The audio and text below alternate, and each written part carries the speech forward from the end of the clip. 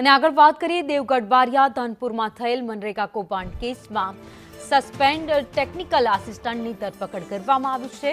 Technical સહાયક મનીષ પટેલની પોલીસે ધરપકડ કરી છે। મનીષ ખોટા પ્રમાણપત્રો બનાવવાની ભૂમિકા ભજવતો હતો।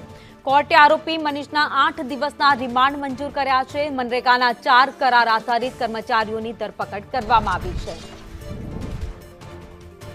વધુ અપડેટ સાથે સંવાદદાતા હેમલ અમારી સાથે જોડાઈ ગયા છે।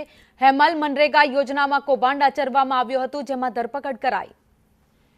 ચોક્કસથી ભાઈની વાત કરીએ કે દાહોદ જિલ્લાની અંદર બહુ ચર્ચિત મનરેગા કૌભાંડ જે દેવગઢ બારિયા અને ધનપુર તાલુકાની અંદર થયું છે, તેવાની અંદર મનરેગા કૌભાંડની અંદર જે દેવગઢ બારિયાના ટેકનિકલ આસિસ્ટન્ટ તરીકે ફરજ બજાવતા મનીષ પટેલની પોલીસે ધરપકડ કરી છે। મનીષ પટેલ અગાઉથી જ સસ્પેન્ડેડ છે અને તેઓ દેવગઢ બારિયાની અંદર ખોટા પૂર્ણતાના પ્રમાણપત્રો આપ્યા હતા, જેને લઈને એની ભૂમિકા જે છે સામે આવતા દાહોદ પોલીસે તેની ધરપકડ કરી છે અને તેને કોર્ટમાં રજૂ કર્યું છે। કોર્ટમાં રજૂ કરતા તેને 8 દિવસના પોલીસે રિમાન્ડ પણ મેળવ્યા છે।